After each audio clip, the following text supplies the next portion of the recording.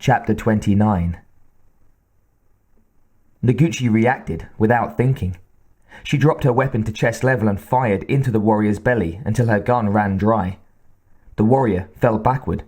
Its strange gun discharged harmlessly into the air with a hollow thump and an eye-smiting flare. The spear it held in its other hand fell and clattered on the door stoop. He had not had time to scream. Broken Tusk jumped in a split second later, but it was done. A low guttural gurgle came from the dying warrior's throat, punctuated with a spew of thick, greenish, milky, almost glowing fluid. Blood. Broken Tusk hefted his spear and brought the weighted end down on the warrior's skull. The head split with a dull, wet crack. Broken Tusk's posture indicated anger and sorrow. His huge shoulders tensed, head bowed. She had killed one of his people. Would he be angry with her? Noguchi scanned the immediate area for other dangers and then looked at Broken Tusk again. He was much more adept than the one she'd shot had been. It dawned on her. It would explain the difference in prowess, the difference in behavior. Broken Tusk must be the commander.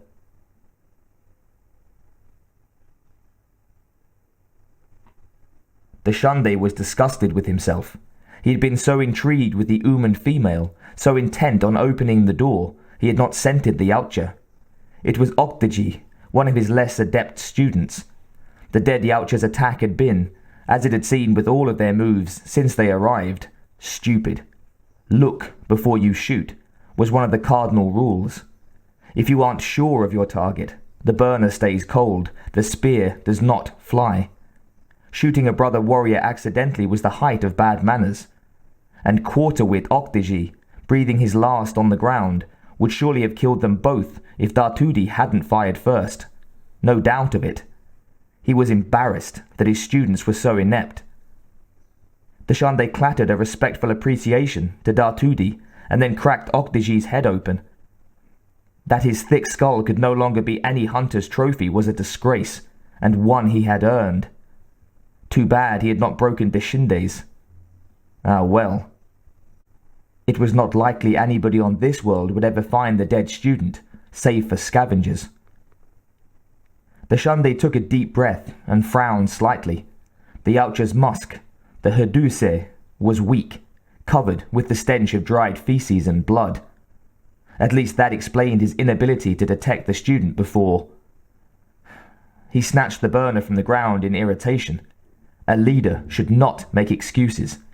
In hunting, they did not matter. You died, or you did not. At least he had a decent weapon. The Shunde checked it over and growled. 4 more fires. Not much, but better than his spear alone. Deshinde's burner had been empty. He glanced at Dartudi, who studied him carefully. He did not know contempt on an Uman face, but she probably felt it. Dartudi motioned again towards the nest as she finished reloading her weapon. The Shunde tilted his head and stepped forward, slinging the burner over one shoulder. She was right. Now was not the time for recriminations. He could dwell on his incompetencies later. Maybe.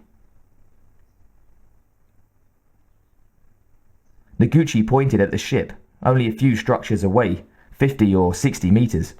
Broken Tusk moved again to the fore position. They edged forward, Noguchi careful to check the roof. They made it past the south end of the pen they'd been in before the first attack. Broken Tusk walked into the open space between 2 of the pens. Noguchi backed towards him cautiously. He hissed a warning. Noguchi spun, handgun extended. Broken Tusk crouched, hissed again, his arms spread wide, spear pointed at the sky. 2 of the bugs sprinted towards them from the shadows of the alley, joined by a third, then a fourth, and a fifth.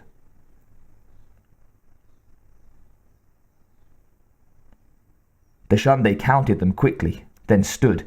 Only 5. As the first 2 rushed to attack him, he sidestepped and thrust the bladed staff out. The closest one caught it in the throat. It screamed, collapsed, hit the ground. The second rammed its head directly into the durable blade, the top of its head sliced neatly from its body.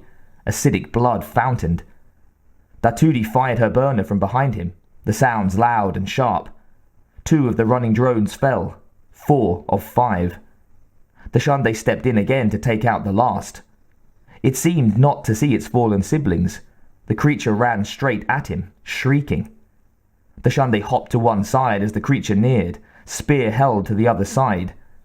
Except the drone hopped and matched his move, and hit him, running full speed.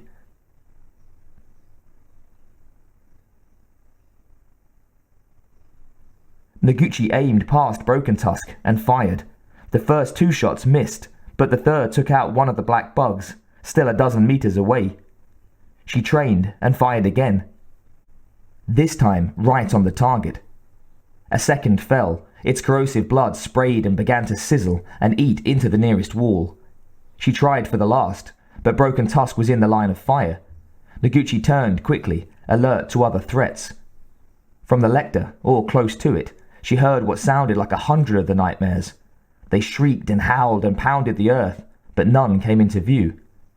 Noguchi spun, just in time to see the 5th bug barrel into Broken Tusk and knock him down.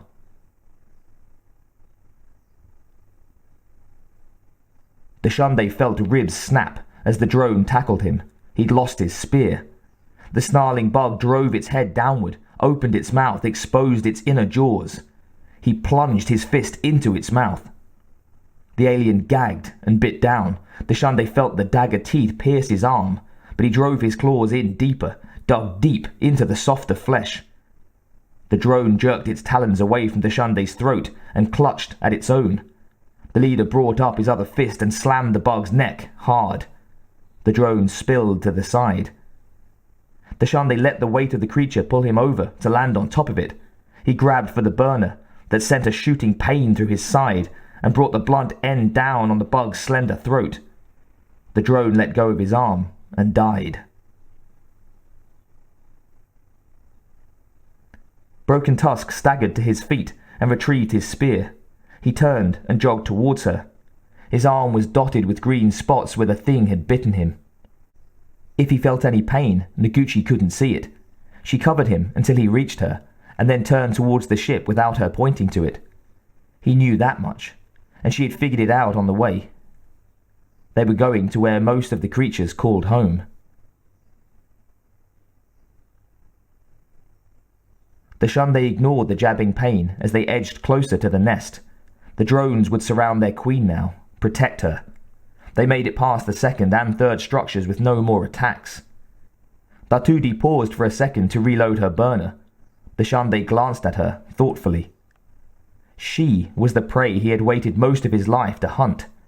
They were small but powerful, obviously more intelligent than the Yautja had thought, and as brave as any warrior he had hunted with. Of course, Datudi could be an exception. She was obviously trained better than the other few humans he had been in contact with. The kind one that had died, for instance. It was not trained to hunt, and had been blind to the danger he could have represented. He would have enjoyed hunting humans, but he was proud to hunt at Datudi's side. This would be a tale to tell for generations to come. The human saw that he watched her and raised her fist into the air. She exposed her teeth again at the same time, probably a sign of aggression. The Shunde still wore his mask. But he raised his arm also, and then clattered, as loud as he dared, the kiss of midnight. Kill or die. He was ready.